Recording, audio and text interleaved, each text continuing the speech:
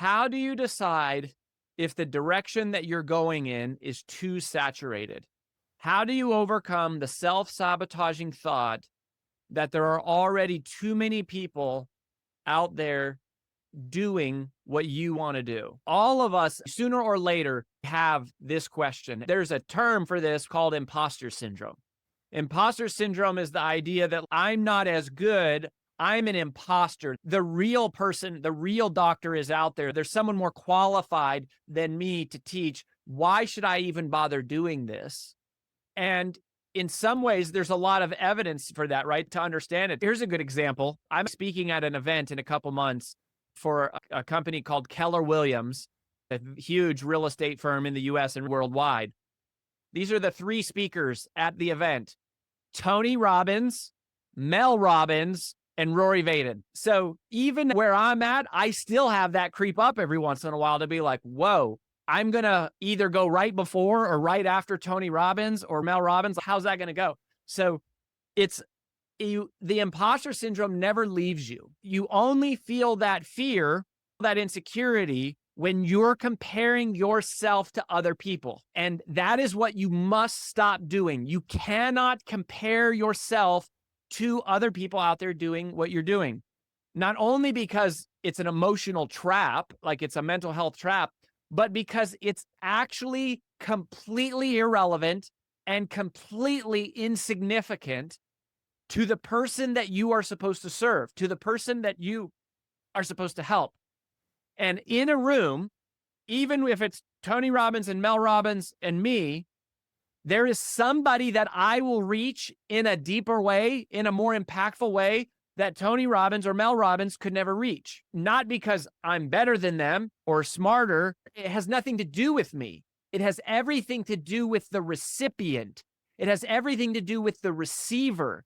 It has everything to do with the frequency they are tuned in. I use that word frequency very deliberately. Frequency, I use that as both a metaphor and also as a literal scientific explanation. Let's use it as a metaphor first. Let's call this the law of the frequency. You must understand the law of the frequency to move past imposter syndrome. Think of radio stations. You could have 3 different radio stations playing the exact same song at the exact same time, right? So they're literally sending out the exact same signal at the same time. But to the recipient, they can only hear that song on one of those stations because you can only be tuned in to one station at one time. That's frequency, right? So it goes, who cares what is being played on the other stations?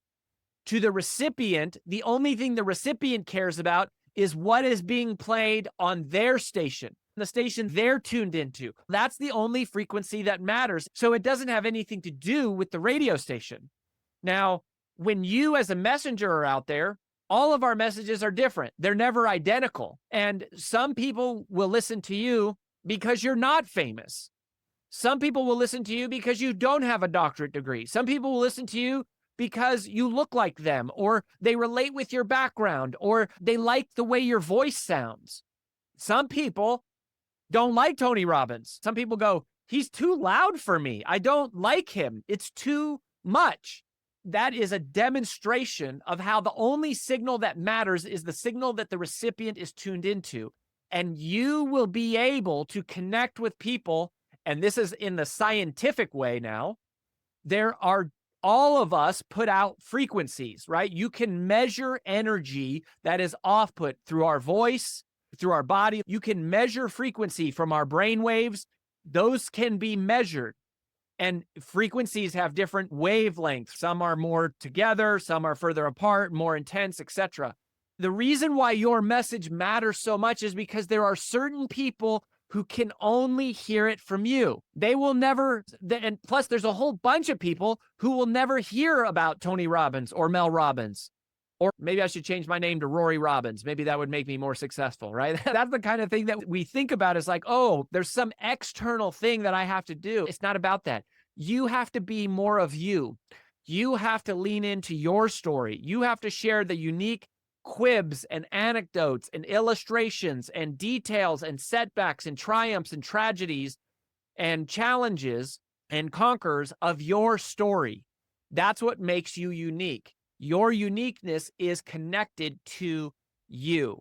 So, to answer the question, how do you decide if the direction you're going is too saturated? The answer is it's never too saturated unless every single human person on the planet is completely in 100% bliss and all of their needs are met and they have no shame or self-doubt or insecurity. That is not going to be real. This side of heaven, it means it is on us to create heaven on earth as much as possible for the people that we can reach. Even if you are on stage with or next to, or your podcast is in the same feed as, or your video shows up as some world-renowned celebrity, some famous person, I promise you, there are people who you will reach in a much deeper way and who can only hear it from you. So do not let your own self-doubt and your own security stand in the way of broadcasting. It's selfish.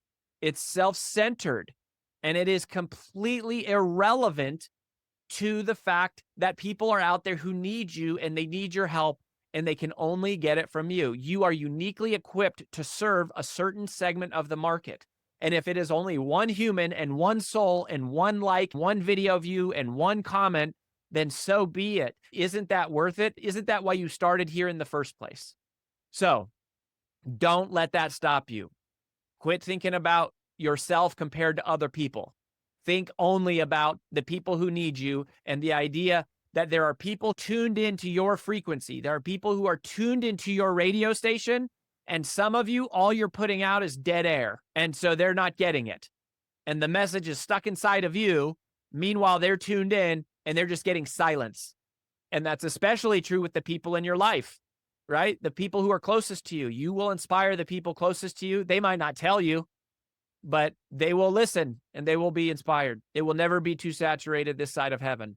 You are divinely designed to reach and serve a certain group of people in the world that nobody else can reach.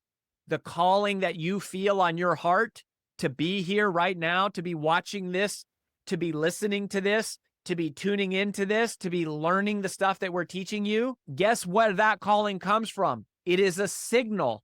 It is a frequency that is being sent, literally, I mean this in a scientific way, sent out. Somebody is out there searching. Somebody is sending out from their brainwaves. I am searching for answers. I am looking. I am struggling. I am praying. I am hoping. I am wishing. I am dreaming. I am manifesting. They are trying to find answers to questions that live inside of your head at this very moment. That's what you're feeling. They're looking for you. They're waiting for you. So go get them. Go serve them. It's never too saturated.